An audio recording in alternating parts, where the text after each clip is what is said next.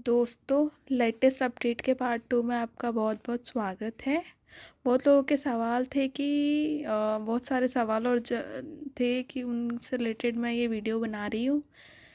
उनको मेरे first part में जानकारी पूरी नहीं मिल पाई थी कि कौन कौन इस रेजिडेंशियल स्कीम में आवेदन कर सकता है और कौन नहीं कर सकता। तो इसमें वो क्वेश्चंस मैं इंक्लूड करूँगी जो लोगों को जिनके सवाल मेरे फर्स्ट पार्ट में नहीं मिले हैं। जो बेसिक नियम है वो मैं आपको बताऊँगी इस वीडियो में कि किसे मिलेगा योजना का लाभ और किसे नहीं मिलेगा। मैं पहले आप लोगों को ये बताऊँगी कि कौन इस योजना का लाभ नहीं ले सकता है। कि एक ही व्यक्ति अगर एक से अधिक आवेदन करेगा तो उसका आवेदन निरस्त माना जाएगा। यदि आवेदन आय के वर्ग के अनुरूप आपने नहीं भरा हो, आपने किसी और इनकम ग्रुप में अप्लाई कर दिया हो जबकि आप पे एलिजिबल कुछ और है, तो वो आवेदन भी निरस्त हो जाएगा। अगर आप लोग जिस श्रेणी में आप लोगों ने अप्लाई किया है, अगर आप उस श्रेणी से रिलेटेड अगर आप प्रमाण पत्र नहीं दे पाते हैं तो आप इस योजना के लिए एलिजिबल नहीं होंगे। वो बाद में आपको आपका जो एप्लीकेशन है वो निरस्त कर देंगे। एक आप संयुक्त नाम से आप आवेदन नहीं कर सकते। और अगर प्लॉट आवंटन के दौरान आपके जो लोग डॉक्यूमेंट वेरिफिकेशन करेंगे, अगर उसमें कुछ गलत पाया जाता है तो भी आपका आवेदन निरस्त हो सकता है।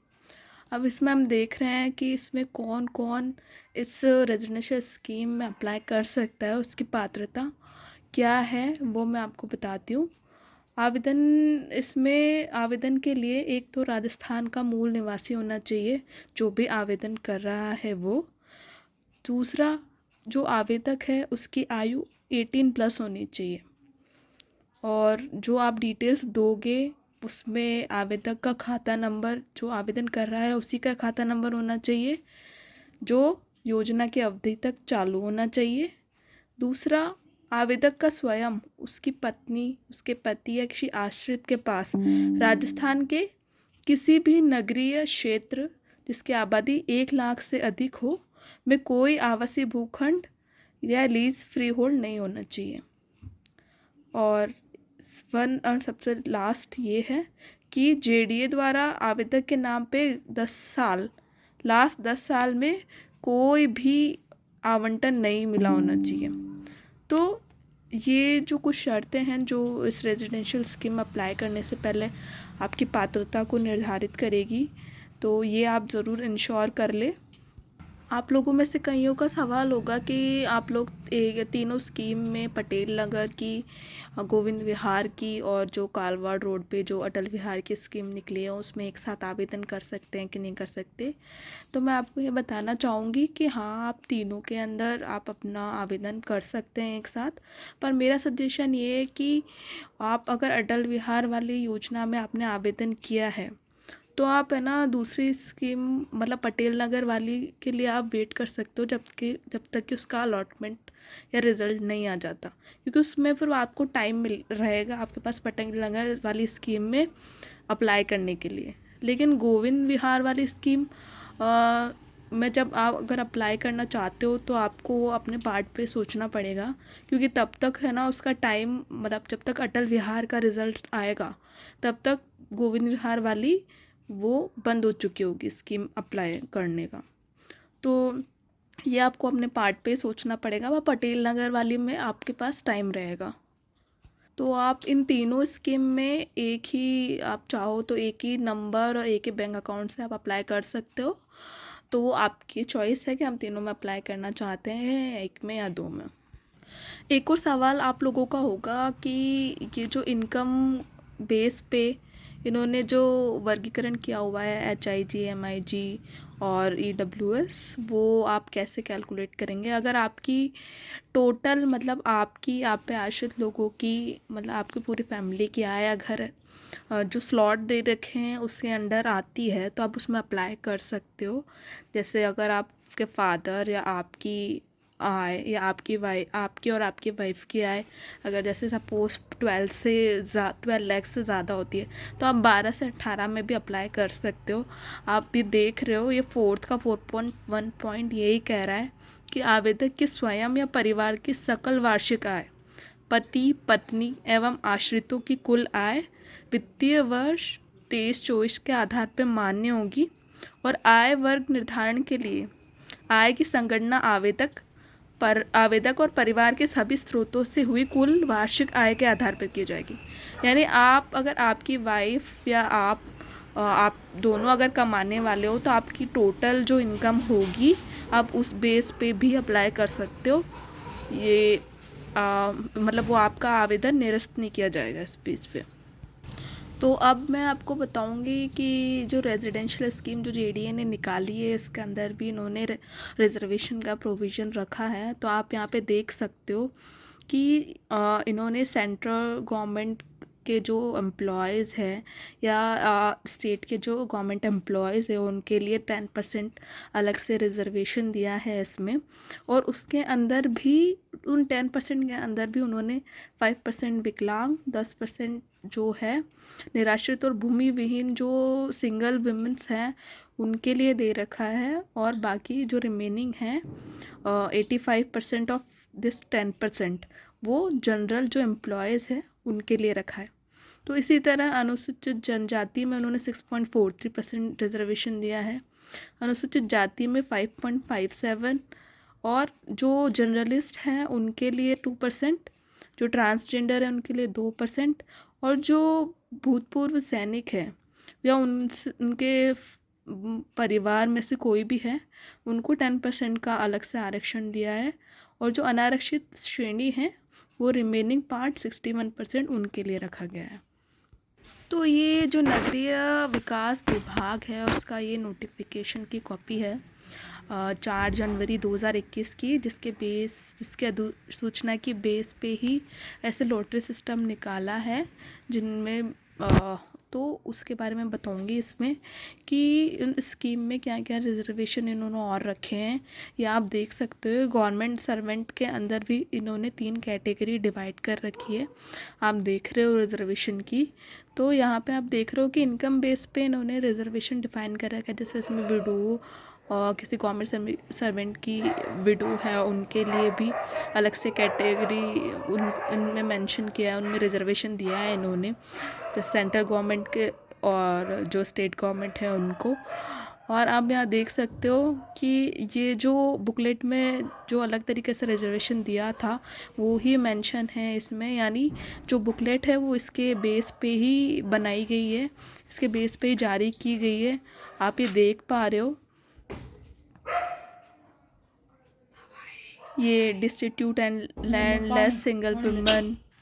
तो आप इसमें देख सकते हो, तो ये नोटिफिकेशन देख के आप और जानकारी ले सकते हो रिजर्वेशन से रिलेटेड।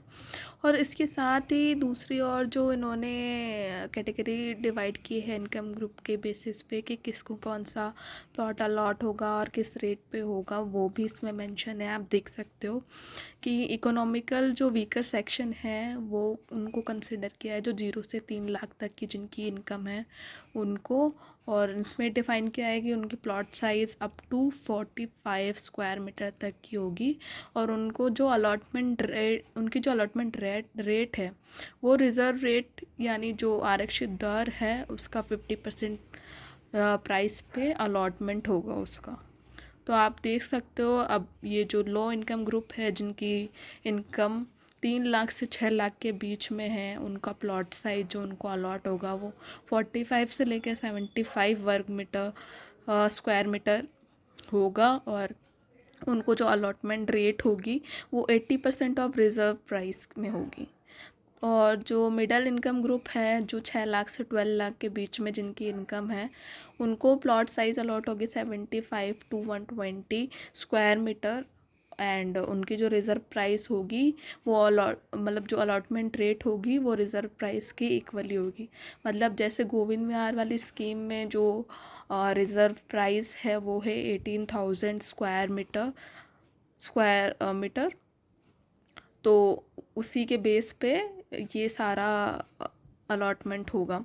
तो आप देख सकते हैं कि मिडिल इनकम ग्रुप में आप देखोगे तो प्लॉट साइज़ है 120 टू 220 और ये 105% ऑफ रिज़र्व प्राइस पे अलॉट होगा। और लास्ट कैटेगरी है HIG, जिनकी इनकम 18 लाख से अबाव है। मतलब बीच में ये निकला था नोटिफिकेशन कि 18 से 20 का ही ये लॉटरी जो निकाली थी उसकी अधिसूचना, उसके अंदर बुकलेट के अंदर 18 से 20 की कैटेगरी थी, पर बाद में उसको अमेंड करके 20 लाख से अबाव वाले भी उसमें अप्लाई कर सकते हैं, ये बता दिया गया था JDA द्वारा। तो उनको 20 स्क्वायर मीटर से अबाव वाले प्लॉट साइज़ मिल सकते हैं और उनको जो अलॉटमेंट रेट होगी वो 110% ऑफ रिज़र्व प्राइस होगी। अब मैं आपको आगे बताती हूँ कि इन स्कीम्स के अंदर कितना कितना एरिया अब JDA अलॉट करने वाली है। तो अब मैं तीनों स्कीम्स के बारे में बताऊँगी, अटल विहार और गोविंद विहार और जो पटेल नगर की जो स्कीम निकलेंगी वो एरिया मैं आपको बताती हूँ। अटल विहार में 13 हेक्टेयर भूमि पर ये परियोजना काटी जा रही है, जिसमें लॉटरी के प्लॉट के साथ साथ इसमें जो कमर्शियल और अदर जो कॉर्नर के प्लॉट्स होंगे वो ऑक्शन के द्वारा भी JDA निकालेगा बाद में। तो ये टोटल जो अटल विहार में जो एरिया JDA कवर कर रहा है वो 13 हेक्टेयर है। और जो गोविंद विहार की जो स्कीम है वो गंगा मार्ग से 3.5 से 4 किलोमीटर अंदर पड़ती है। तो उसका जो एरिया होगा वो होगा 23.48 हेक्टेयर, जो जिस पर ये रेजिडेंशियल स्कीम JDA स्कीम्स काटेगा वो एरिया है 23.48 हेक्टेयर। होरी रोपाड़ा में स्थित जो पटेल नगर है उसकी स्कीम, उसका जो एरिया है जिसकी स्कीम अभी तक ओपन नहीं हुई है वो है उसका जो अराउंड एरिया रहेगा वो 36.8 हेक्टेयर रहेगा, जो रिंग रोड के दोनों तरफ 100 फीट रोड पे काटी जाएगी। इनकी जो डेट्स रहेगी वो है, तो अटल विहार में 18 तारीख से स्कीम ओपन हुई है। 17 जनवरी को आपके पटेल ये जो अटल विहार वाली स्कीम है इसके आवेदन बंद कर दिए जाएंगे और 29 तारीख को इसका अलॉटमेंट सामने आएगा कि किसको अलॉट हुआ है। जो गोविंद विहार है उसमें लॉटरी सिस्टम, लॉटरी के लिए आवेदन स्टार्ट हुआ है 25 तारीख से और जो कि अब 24 जनवरी तक बंद हो जाएगा, 24 जनवरी को। और इसका जो अलॉटमेंट डेट है वो है 5 फरवरी को अलॉटमेंट की लिस्ट निकल जाएगी कि किन किन को प्लॉट्स अलॉट हुए हैं। और रही बात पटेल नगर वाली जो रूपाड़ा की जो स्कीम है वो अभी तक स्टार्ट नहीं हुई है, वो 14 जनवरी से स्टार्ट होगी और 13 फरवरी तक उसका क्लोजिंग टाइम है। और वो जो है वो उनका अलॉटमेंट जो डेट रहेगी वो अलॉटमेंट डेट आएगी वो है 24 तारीख को उसका भी अलॉटमेंट रिज़ल्ट आ जाएगा। तो जो अटल विहार में जिन्होंने अप्लाई किया है जिनको उसका रिज़ल्ट पटेल नगर वाली स्कीम के दौरान ही आ जाएगा, तो लोगों के पास चॉइस रहेगी दोबारा अप्लाई करने की, तो वो पटेल नगर वाली स्कीम में अप्लाई कर सकते हैं। एक और क्वेश्चन है जो बहुत टाइम से लोगों के दिमाग में आ रहा था कि हमें पेमेंट का क्या सीन रहेगा, कि हमें लोन मिलेगा या नहीं और हमें कितने टाइम में पेमेंट को सबमिट करवाना पड़ेगा JDA में, और अगर हम नहीं करवाते हैं तो हमें कितना टाइम मिलेगा। तो ये 4 जनवरी 2021 का जो नोटिफिकेशन है जिसके बेस पे ये JDA स्कीम्स की बुकलेट्स इशू करता है, जिसके रूल्स एंड रेगुलेशन के बेस पे ये स्कीम्स बनाई जाती है, वो उसके अकॉर्डिंग ये है कि अगर आपको प्लॉट अलॉट हो जाता है अलॉटमेंट वाली लिस्ट के अंदर, देन आपको 30 दिन के अंदर अंदर अपना पूरा पेमेंट JDA में डिपॉजिट करवाना पड़ेगा। अगर आप 30 दिन के अंदर अंदर अगर आप पेमेंट डिपॉजिट नहीं करवाते हैं तो आपको 90 दिन का टाइम मिलता है। उसके बाद और 90 दिन का जो टाइम मिलता है वो 15% पर एनम की इंटरेस्ट रेट पे मिलता है। और अगर आप फिर भी अगर आप है ना पैसे जमा नहीं करवा पाते हैं तो आपका इतनी जल्दी कैंसिल नहीं होगा। मतलब उसके अंदर भी कुछ शर्तों के बेस पे आपका कैंसिलेशन रोका जा सकता है। वो आप देख रहे हो कि आप पेनल्टी दे के भी अपना अलॉटमेंट सेव कर सकते हो। जैसे कि इसमें लिखा हुआ है कि अगर आपका अलॉटमेंट पीरियड से 120 डेज़ ज़्यादा हो जाते हैं, मतलब 121 से लेके 1 साल तक के बीच का टाइम रहता है, तो एक तो आपका रेट ऑफ इंटरेस्ट 15% तो लगेगा ही। उसके साथ आपकी जो पेनल्टी लगेगी वो 5% लगेगी रिमेनिंग अमाउंट पे, जिसका अथॉरिटी और रेगुलेशन होगा चेयरमैन ऑफ द ट्रस्ट। और हम देखेंगे अगर 1 साल से 2 साल तक का टाइम हो जाता है तो रेट ऑफ इंटरेस्ट तो सेम 15% रहेगी, लेकिन जो पेनल्टी है वो 10% हो जाएगी रिमेनिंग अमाउंट की। और इसका अथॉरिटी ऑफ रेगुलेशन हो जाएगा ट्रस्ट, जो भी वो लोग मीटिंग में डिसाइड करेंगे उस हिसाब से। और अगर आपको 2 साल से ज़्यादा हो जाते हैं पैसे जमा करवाने में तो 15% इंटरेस्ट के साथ आपको 15% रिमेनिंग अमाउंट पे पेनल्टी देनी पड़ेगी। और इसका जो अथॉरिटी रहेगा वो स्टेट गवर्नमेंट रहेगी, यानी स्टेट गवर्नमेंट चाहे तो आपका अलॉटमेंट बचा सकती है, कैंसल होने से रोक सकती है। साथ ही एक और क्वेश्चन लोगों द्वारा पूछा जा रहा है कि इसमें एक चीज़ दे रखी है कि अगर आपको प्लॉट अलॉट हो जाता है तो आप 10 साल से पहले उसको बेच नहीं सकते हैं। पर इसका भी एक सल्यूशन जेडीए के रूल बुक में या इस नोटिफिकेशन में दिया गया है कि अगर आप 10 साल से पहले अगर आप इस अपने प्लॉट को बेचना चाह रहे हैं तो आप इसको बेच सकते हो। अगर आपको अलॉटमेंट को 0 से 5 साल ही हुए हैं तो आप 10% प्रिवेलिंग रिज़र्व प्राइस दे के आप प्लॉट को ट्रांसफ़र कर सकते हैं।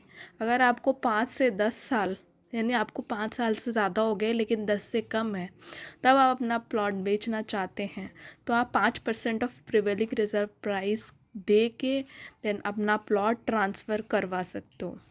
साथ ही इस नोटिफिकेशन में एक क्लॉज ये भी है कि अगर इसमें एक शर्त दी हुई है कि आपको है ना अलॉटमेंट के 5 साल के अंदर अंदर आपको अपने ड्वेलिंग यूनिट्स का कंस्ट्रक्शन करना पड़ेगा, नहीं तो आपका अलॉटमेंट ऑटोमेटिकली कैंसिल माना जाएगा। आप एलिजिबल नहीं होगे फ्यूचर में किसी भी अलॉटमेंट के, आप किसी भी रेजिडेंशियल स्कीम में अप्लाई नहीं कर सकते अगर आप अलॉटमेंट के 5 साल के अंदर अंदर अपना कंस्ट्रक्शन नहीं करते हैं तो ये भी चीज़ रेगुलराइज हो जाएगी। अगर आप 5 साल के अंदर अंदर कोई कंस्ट्रक्शन नहीं करते हैं तो इसको रेगुलराइज किया जा सकता है बाय पेइंग एक्स्ट्रा पेमेंट। और वो क्या रहेगा वो आप देख सकते हो कि अगर आपने 0 से 5 साल, मतलब वो तो है कि आपको 5 साल का टाइम मिलता ही है, उसके अंदर आप पे कोई चार्जेस नहीं लगेंगे, आप 5 साल के अंदर अपना ड्वेलिंग यूनिट बना सकते हैं। लेकिन अब अगर आपको 5 साल से ज़्यादा हो जाते हैं और 10 साल से कम रहते हैं तो आप 1% पर ईयर के प्रिवेलिंग रिज़र्व प्राइस के बेसिस पे पेनल्टी दे के आप अपना अलॉटमेंट कैंसलेशन से बचा सकते हो। अगर आपको 10 साल कंप्लीट हो जाते हैं और ट्रस्ट ने आपको कोई नोटिस इशू कर दिया होता है तो आप 2% पर ईयर के प्रिवेलिंग रिज़र्व प्राइस के हिसाब से आप, मतलब 2% तो आपको 10 साल से जितने भी साल ज़्यादा हो गए हैं वो प्लस 10 साल तक आप 1% की प्रिवेलिंग रिज़र्व प्राइस को इंक्लूड करते हुए उसको लेते हुए आप अपनी पेनल्टी भर दीजिए और आपका अलॉटमेंट कैंसलेशन से आप बचा सकते हो। अगर आपका नोटिस पीरियड कंप्लीट हो जाता है, मतलब जितने साल का या जितना टाइम आपको नोटिस में दिया है, अगर वो एक्सटेंड हो, मतलब एक्सीड हो जाता है तो वो ऑटोमेटिक कैंसलेशन हो जाएगा। लेकिन आपको अगर उस ड्यूरेशन में नोटिस मिला हुआ है और आपको 10 साल से ज़्यादा नहीं हुए हैं या 10 साल हो गए हैं पर नोटिस पीरियड अभी तक चल रहा है तो आप अभी, मतलब आप कैंसलेशन से बचाए जा सकते हैं इस रूल के थ्रू। तो इसी के साथ ही ये वीडियो मैं यहीं समाप्त करती हूँ। अगर आपको मेरा वीडियो पसंद आया है तो लाइक शेयर और सब्सक्राइब कीजिएगा, और कोई क्वेरी हो तो आप बिल्कुल रेज़ कीजिएगा, मैं नेक्स्ट वीडियो में उसका आंसर ज़रूर दूँगी। Thank you for watching my video.